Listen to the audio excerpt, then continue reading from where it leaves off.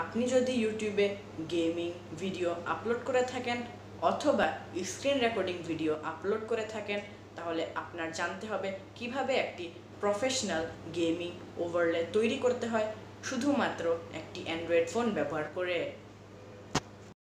Pixel ল্যাবে আসার পর নিউ টেক্সটটাকে ডিলিট করে দিতে হবে। তারপর 3 ডট থেকে ইমেজ সাইজে চলে আসুন। ইউটিউব থাম্বনেলটাকে সিলেক্ট করে নিন। প্লাস আইকন থেকে ফ্রম গ্যালারিতে চলে আসুন। তারপর ডেসক্রিপশন বক্সে একটি গেমিং ওভারলে ডাউনলোড লিঙ্ক রয়েছে, সেটিকে এখানে নিয়ে আসতে হবে। তারপর এটাকে বড় করে দিতে হবে।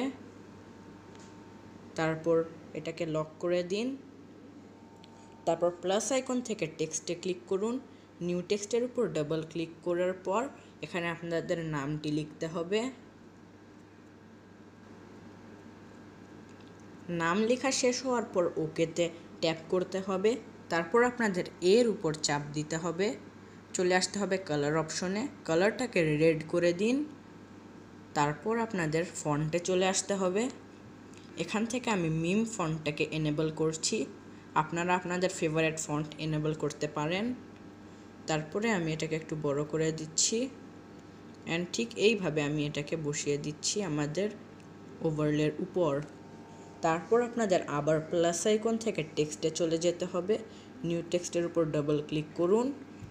তারপর এখানে লিখতে পারেন লিভ এ লাইক, এছাড়া আপনাদের যে কোনো টেক্সট লিখতে পারেন। তারপরে আমি আবার কালারটাকে রেড করে দিচ্ছি, আবার ফন্টটাকে সিলেক্ট করছি মিম ফন্ট, তারপর এটাকে একটু বড় করে দিই।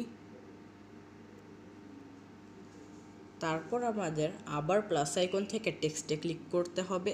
নিউ টেক্সটের উপর ডাবল ক্লিক করুন। এখানে আপনাদের চ্যানেলের নামটি লিখতে হবে,